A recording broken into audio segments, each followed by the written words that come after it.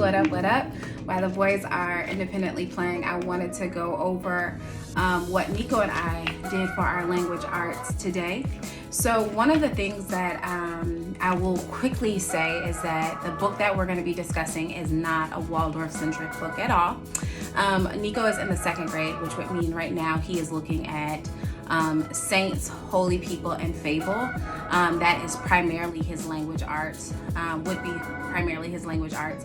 And Noah, since he is 2, close to 3, he is imagination stories, made up stories. And so this, although a fiction book, is still very nonfiction in the way that it is. And so this would not be a Waldorf-centric book at all for second and early education, right? But for our house, this is a wonderful example of a book that I would read the boys.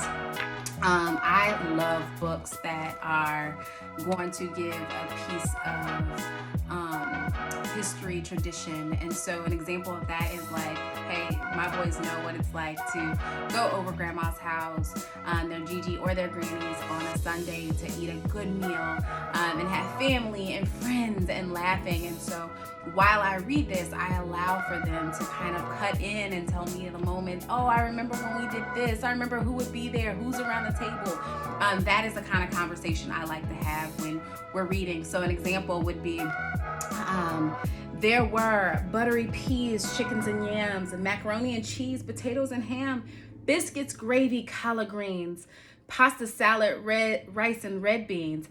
There was apple pie and vanilla ice cream, fresh peach cobbler covered in steam, raspberry sauce, coffee and tea, plenty for everybody. And so we would talk about it like, hey, what was your favorite food? Da, da, da, da, da. And then we would continue to read. Now, at the end of this is where Waldorf education pours in. What I would ask for Nico to do is I would say, hey, baby, write the story. Tell me what it is you got from the story. Tell me what it's about. And I want you to write it in your own spelling, right? And that will not be corrected. And y'all, I really am not going to correct it. And then I'm going to have him tell me what it's about. And again, even when he's telling me what it's about, I'm not going to correct it. I'm not going to give him yes or no. It is about what he gleaned from the story. Also, what we would probably finish up in doing is most mornings I have him go outside and there's some kind of activity. So sometimes it's like, look outside for 3 minutes and record everything that you see or everything that you hear, or count the cars or whatever that is.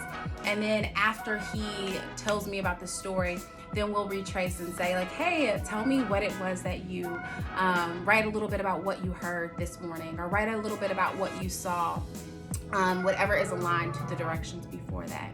So that is what it will look like as far as language arts. That is what it looks like today as far as language arts. I will continue to post things, but wanted to do a quick language arts. And again, not a Waldorf-centric book, but y'all, that's where it kind of comes into your flow and your traditions and your households. Peace, be well.